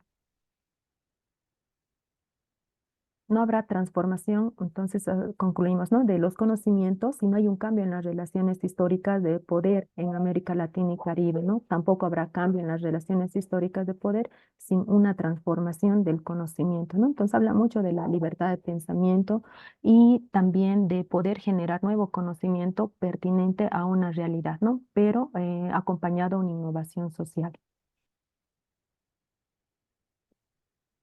Bueno, continuando con lo que ha dicho mi compañera Vanessa, bueno, he hecho un pequeño resumen de a lo que plantea el objetivo uno de este tema, ¿no? Que es replantear la función social de la ciencia y los conocimientos para garantizar la sustentabilidad ecológica, la paz, la libertad y la diversidad cultural, la democracia, la convivencia humana y la reproducción de la vida. Bueno, primeramente, bueno, siempre se debe identificar los fondos de financiamiento, ¿no? Que es lo más importante para que una institución de educación superior pueda funcionar, ¿no? Porque si no tenemos fondos de financiamiento, obviamente que una institución superior no va a tener las mismas cualidades, las mismas capacidades que una universidad, una institución superior que tiene un financiamiento bien planteado, ¿no? Aquí es donde las políticas gubernamentales donde influyen, ¿no? Porque muchas de las instituciones son muy bien financiadas, pero algunas no. Entonces, o bueno, también las políticas internas que tienen las mismas instituciones superiores, ¿no? De cómo manejan su financiamiento, ¿no? Y eso es que en algunos casos le lleva a un déficit en la parte económica y es por eso que no tienen buenos proyectos, buenos frutos de investigación, ¿no? Bueno, y en el objetivo 3 también hemos sacado algún pequeño resumen y las estrategias que hemos podido sacar son las siguientes: establecer incentivos y explorar nuevas modalidades de promoción. Bueno, los incentivos serían como becas para hacer algunas maestrías dentro de las instituciones superiores, doctorados y todos aquellos, ¿no? Para que los mismos estudiantes se incentiven a que puedan promover y poder querer ampliar sus conocimientos frente a todas las diversas dificultades por las cuales pasan los estudiantes o un determinado grupo de estudiantes, ¿no? Bueno, también asegurar el acceso a Internet es un derecho fundamental. Bueno, esto ya es desde que existió la pandemia, y creo que el acceso a Internet ya es un derecho fundamental porque hoy en día no estamos previstos a que pueda existir una nueva enfermedad como la que hemos vivido hace muy poco. Entonces, el Internet ha sido una, algo muy importante para que todos hayamos estado comunicados y también las clases hayan cursado con normalidad, ¿no? En muchos casos, muchos estudiantes han tenido que dejar sus clases, han tenido que dejar sus cursos porque no tenían acceso a Internet, ¿no? Y muchas personas muchos estudiantes que vienen del área rural no tienen acceso a Internet. Entonces, como menciona acá, ¿no? Asegurar un acceso a Internet como un derecho fundamental. También fomentar la apropiación social de la ciencia, las tecnologías y los conocimientos. De acuerdo, muchas gracias. Por favor, el siguiente lineamiento. Está bien, muchas gracias, Magister.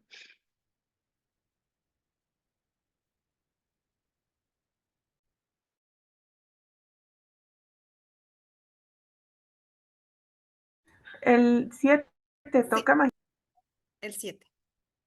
Ya, voy a compartir, por favor.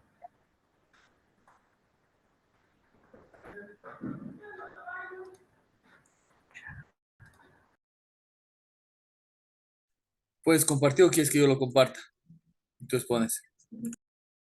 Ya, porfa. Mientras, si puedes ir comentándonos el nombre del lineamiento y a lo que has ido observando, y así ya él va compartiendo. Está bien, Magíster. El lineamiento es a 100 años de la reforma de Córdoba hacia un nuevo manifiesto de la educación superior en Latinoamérica. A ver, en realidad resulta importante que, bueno, después de la reforma en 1918, habla de la declaración de la reunión en La Habana, Cuba, dice que las instituciones de la educación superior en América Latina y el Caribe deben defender los derechos políticos y sociales y plantear críticamente su inserción frente al modelo de desarrollo neoliberal y poder de esta manera contribuir con responsabilidad y compromiso social a nuevas propuestas que recreen las tradiciones de autonomía, transformación social, autoritarismo, democracia, libertad de cátedra y fundamentalmente la incidencia política fundada en el conocimiento y la razón. Hemos trabajado, no sé si ya está compartiendo mi compañero, si no, los puntos Ya está. importantes los hemos tomado como reafirmación de principios, que es lo que acabo de hablar, la crítica del neoliberalismo, o sea, el modelo neoliberal, el compromiso social que destaca con la igualdad, democracia, desarrollo, cultura, arte y derechos humanos, la autonomía y equidad como punto fundamental. Se busca equidad de género, erradicar el acoso, la violencia de género dentro de la universidad, el acceso universal y educación gratuita, propone cobertura universal, revisando procesos de admisión e implementando políticas de acción afirmativas. La educación superior pública debe ser gratuita y complementarse con becas para estudiantes de bajos recursos y poblaciones marginadas.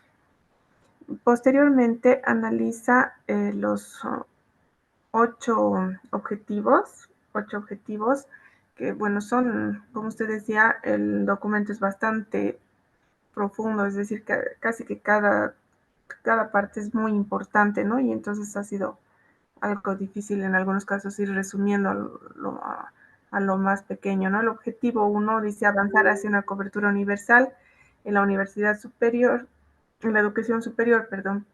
Y cada uno de estos tiene sus metas y además sus, ¿cómo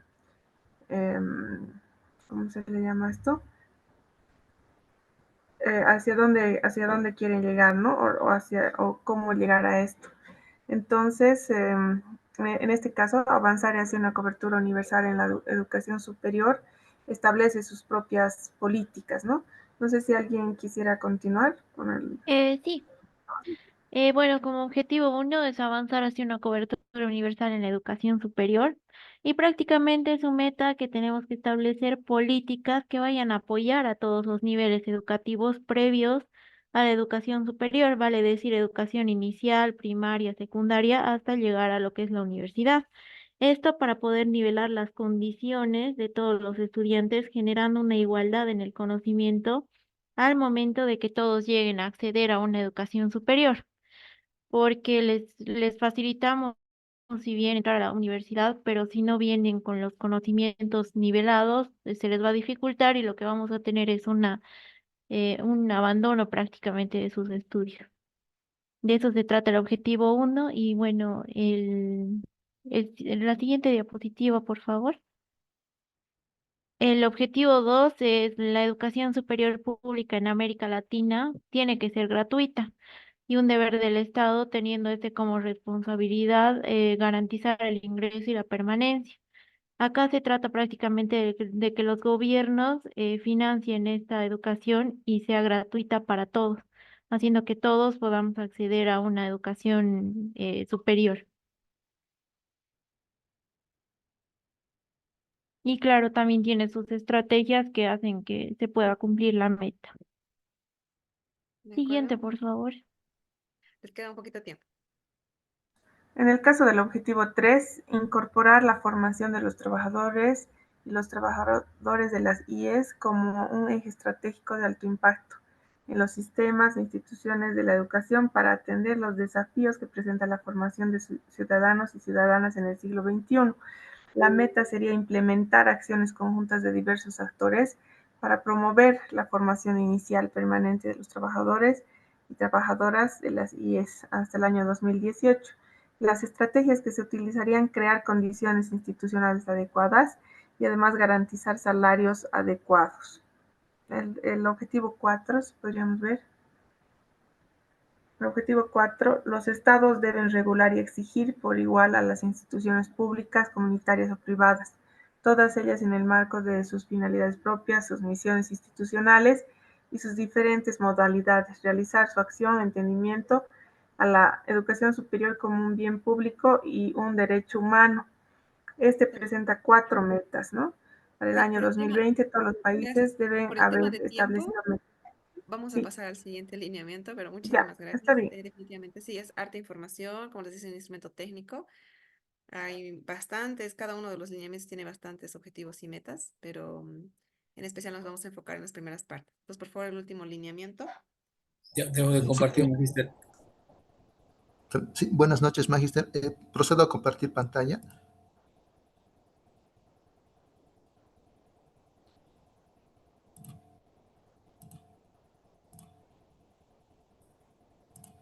Sí, vamos a realizar el lineamiento 8, formación docente.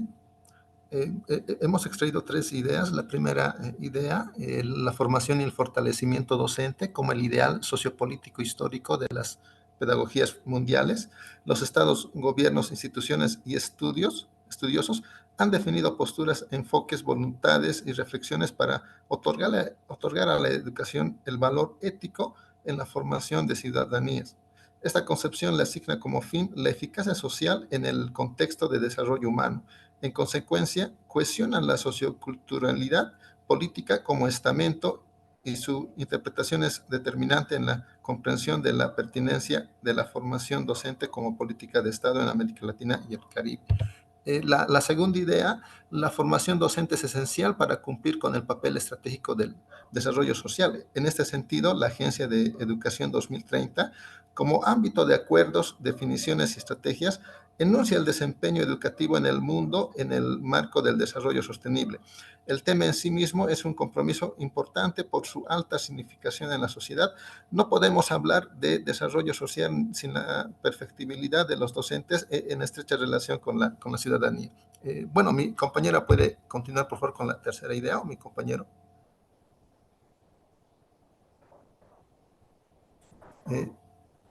Sí, bueno, la tercera idea es la formación docente como un lineamiento estratégico de alto impacto en los sistemas e instituciones de la educación, y especialmente la educación superior. Sí, bueno, o sea, por esta razón, las políticas educativas de los países de la región deben buscar las condiciones para su desarrollo integral, desde la formación inicial hasta el servicio profesional, en distintos ambientes laborales adecuadamente contratados, bien formados, profesionalmente capacitados, motivados y apoyados por sistemas con recursos eficientes y bien organizados. Sí, bueno, mi compañero puede continuar, a ver, por favor. Sí, buenas noches. Comenzamos con el objetivo número 1. El objetivo número 1 se refiere a lograr que la formación docente sea considerada por los estados como eje estratégico de los objetivos de desarrollo sostenible. Esto se refiere a que los gobiernos deben priorizar la formación de maestros, ya que es esencial para alcanzar los objetivos del desarrollo sostenible, o en siglas ODS. Siguiente diapositiva.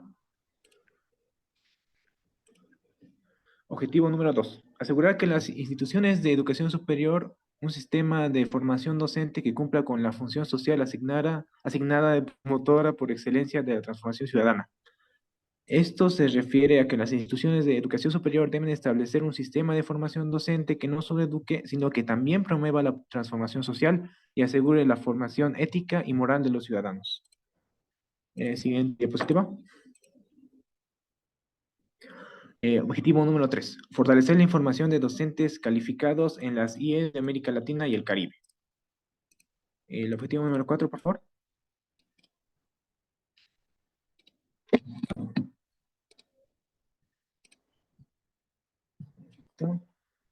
Esto es el objetivo número 4, que es promover un mayor compromiso con la profesionalización y la formalización de todos los docentes, la innovación académica y la investigación pedagógica. Eso se refiere a fomentar un mayor compromiso con la profesionalización y formación de docentes, impulsando la innovación académica y la investigación pedagógica para transformar un sistema educativo hacia una visión humanística, crítica, solidaria e inclusiva. Siguiente objetivo. Objetivo número 5. Promover programas de formación y actualización de la docencia con enfoque transversal de atención a la identidad de género, diversidad cultural y la interculturalidad que demanda el siglo XXI. Eso se refiere más que todo al tipo de educación anterior que discriminaba a la gente que era diferente en cuestión de género y en cuestión de cultura. Y con este objetivo intentamos promover programas de actualización de docencia que haga que los docentes nuevos que vayan a salir tengan conocimiento sobre estos datos. Hasta ahí mi. Sí, de acuerdo. Y a Muchísimas manera gracias. manera de conclusión, perdón. A manera de conclusión, el documento de la UNESCO también, citando el documento de la UNESCO, también establece que se propongan planes actualizados que abarquen desde la educación preescolar, que vayan avanzando a la educación superior, y es importante que los docentes se mantengan actualizados con los planes y enfoques para garantizar una educación de calidad, relevante y esté adecuado a las necesidades actuales y futuras. Gracias. De acuerdo, muchísimas gracias. Como han Complementando, podido ver. magíster. Sí, diga. Sí, buenas noches, magíster, compañeros. Sí, complementando lo que ya habían mencionado los compañeros de grupo, un punto central, ¿no? Después de hacer un análisis de todos los puntos, principalmente los objetivos que se ha ido planteando, yo creo que al margen de la situación que ya mencionaba la compañera, también podemos resaltar que se busca una educación eh, integral, holística, ¿no? Ya buscando el bien en diferentes ámbitos de nuestros estudiantes, ya no solamente en la parte académica o en la parte cognitiva, sino ya abarca un poco más el tema de la integralidad, el tema holístico, el tema de inclusión también, ¿no? Eso, magíster, gracias.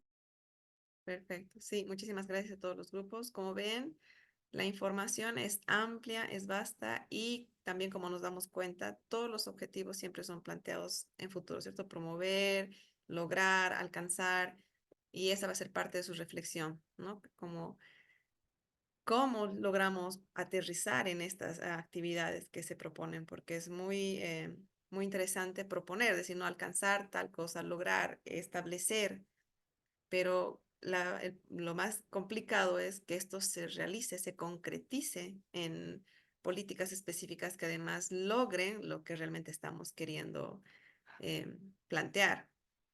Entonces, como vieron, hay bastante información por hacer. Estos documentos tienen ya un tiempo de antigüedad que tienen también plazos, ¿no? Por ejemplo, el documento que leíamos la anterior semana era de 2018 a 2028, o sea, que tienen como plazos de ejecución, y también es importante hacer la crítica, la autocrítica a nuestro sistema local, ¿no? Porque, por ejemplo, en las universidades estatales no se notan, no se visualizan este tipo de objetivos que garanticen un derecho a educación inclusiva y diversa. Porque, por ejemplo, como decíamos también, ¿no? Los conceptos van cambiando en el tiempo. Antes en economía, no sé si es que hay algún economista o del área de económica, hace por lo menos una década mínimo, no se hablaba del término escasez. Se consideraban que los recursos eran inagotables, o sea que uno podía explotar, entre comillas, infinitamente. Había una idea de capitalización y de absorción de los recursos que siempre estaba buscado generar riqueza, pero creyéndolo como infinito, hasta que nos dimos cuenta que no. Resulta que los recursos no son infinitos, no por el hecho de que un recurso sea renovable, porque sí, lo único que se diferenciaba era renovable y no renovable. Y el no renovable era el único que se consideraba que se podía acabar. Y se creía que el renovable sí, porque es renovable, podía ser infinito, pero esto no, se ha visto que no es realmente lo que sucede. Entonces, así como se han ido modificando la estructura en la que nos estamos desenvolviendo, también la educación y la forma de impartir conocimiento se ha ido modificando, está cambiando y es parte del análisis que tenemos que tener como futuros profesionales en el área de educación. Entonces, nuevamente el tiempo nos ha quedado corto. Compartan entre ustedes los documentos que han elaborado, adjunten sus tareas y pues es para que esto sea adjuntado en su nota de su de su primera tarea. Entonces, por favor, hasta el viernes hagan llegar sus tareas para que así ustedes tengan su puntaje respectivo y podamos ir avanzando sin acumularnos más trabajo. ¿De acuerdo? Entonces, nos veríamos el sábado en la sesión. Por favor, ingresen puntuales para que así podamos alcanzar a cumplir con todos los objetivos que tenemos planeados para cada sesión. Eso sería entonces por hoy. Cualquier otra consulta que tengan también me la pueden hacer llegar por el grupo por mensaje directo Gracias, para Magíster. que lo veamos. Y revisen por favor siempre antes de entrar a clases qué más o menos vamos a hacer para que estemos todos un poco listos. Gracias, buenas noches. Buenas noches. Gracias, Magíster. Buenas noches. Buenas noches, magíster. Buenas noches, magíster.